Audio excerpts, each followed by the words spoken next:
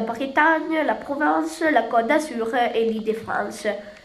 Les places les plus importantes en Italie pour le tourisme sont par exemple les Colosseo, les Fori Imperiali, San Pietro, la Sardegna, l'Altare della Patria, Calabria, Arno, il Lazio, il Tevere, i Musei Vaticani, il Po, il Veneto et gli Uffizi, qui sont une place où on peut trouver les plus importantes expressions de l'art en Italie. Après, on a parlé des vacances et des fêtes en Italie et en France. On a pu apprendre que les fêtes et les vacances ne sont pas les mêmes en Italie et en France, par exemple, mais on a pu aussi apprendre quelles sont les choses qui sont égales en Italie et en France. Par exemple, les jours de l'an et les 1er janvier en Italie et en France, les Mardi Gras et les 2e mardi de février en Italie et en France. Les Pâques sont le premier dimanche et lundi d'avril en Italie et en France. La fête du travail est le 1er mai en Italie et en France. Il y a beaucoup d'autres célébrations qu'il n'y a pas en Italie. Par exemple, la célébration du 8 mai, la victoire du 1945. La fête nationale n'est pas le 14 juillet, mais le 2 juin. La célébration du 11 novembre, il n'y a pas en Italie. Mais Noël est le 25 décembre en Italie et en France. En Italie, il y a des autres fêtes qui sont sur la religion. Par exemple, l'Immacolata Concezione et Tutti i Santi, qui le 1er novembre et le 1er et 8 décembre, qu'il n'y a pas en France.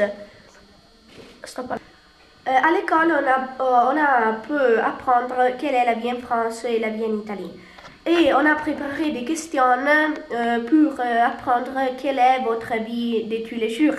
Par exemple, à quelle heure tu te lèves le matin, les petits déjeuners, où, quand, avec qui, que manges-tu, qui les prépare, les déjeuners et les dîners, où, quand, avec qui, que manges-tu, qui prépare les repas, qui fait la vaisselle, les courses, qui les fait, connaît tous les prix des choses. Les nettoyages, lavage, repassage, qui le fait quand, tes vêtements, en fonction de quels critères, confort, mode, les achètes-tu, qui les achète, combien dépenses-tu en vêtements et chaussures par mois, que fais-tu déjà le faire, les activités familières, repas, télévision, fêtes.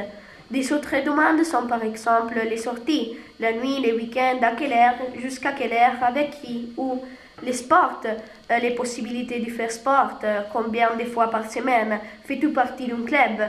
Les clubs, il y a des études, comment sont-ils localisés?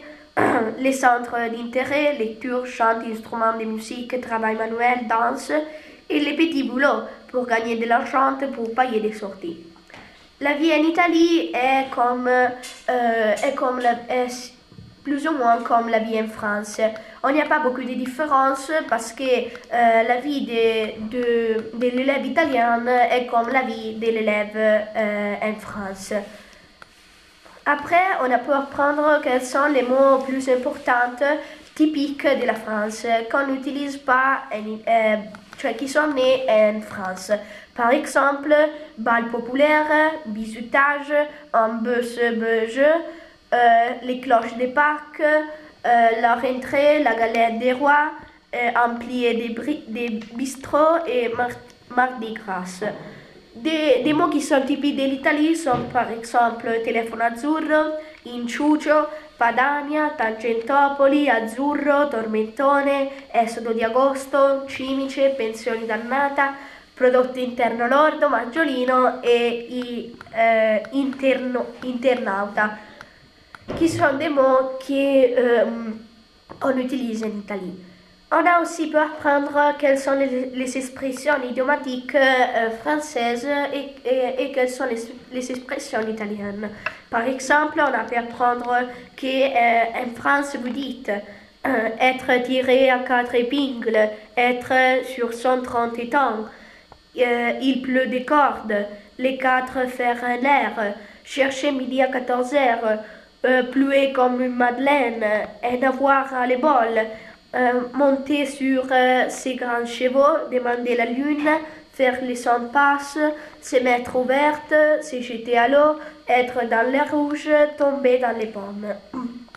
In France on dit par exemple l'abito non fa il monaco, lontano dagli occhi, lontano dal cuore, il mattino all'ora in bocca, l'appetito vien mangiando, chi è causa del suo mal pianga se stesso, l'occasione fa l'uomo ladro, a buon intenditor poche parole et d'autres expressions idiomatiques qui sont typiques de nos pays.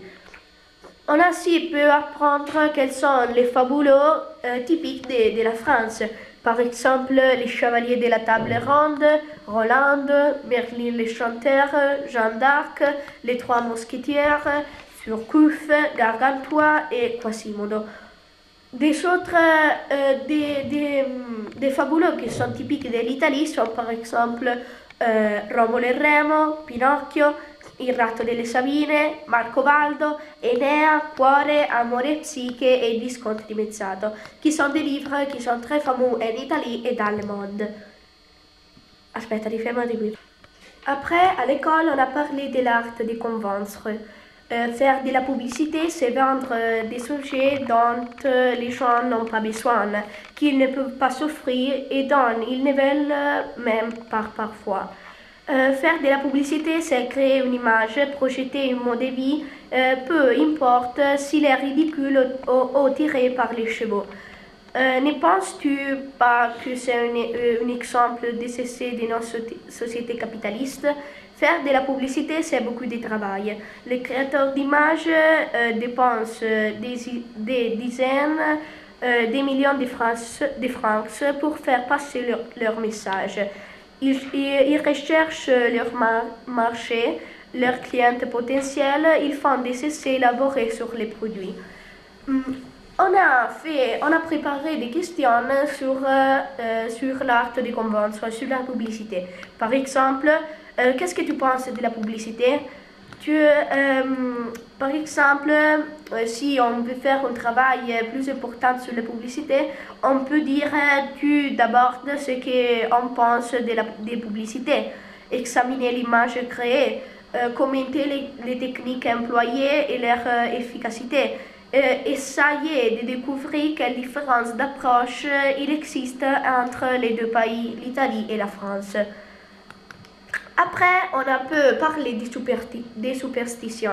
On a fait un travail sur la superstition qui a fait apprendre à l'école et à nos classes quelles sont les superstitions qui sont nées en France. Par exemple, on a découvert qu'en France, vous dites croiser un chat noir, les vendredis 3, être 13 à table, le nombre 13 en général, passer sur une échelle, ouvrir un parapluie dans une maison, croiser les doigts, toucher du bois, briser au miroir, les maris ne doivent pas voir la robe de sa fiancée avant le mariage, casser du bière blanc, se lever du pied gauche, renverser les selles, croiser des couteaux à table, les prendre à l'inverse. En Italie, on dit aussi cette expression. En Italie, on dit un gatto nero ti attraversa la strada.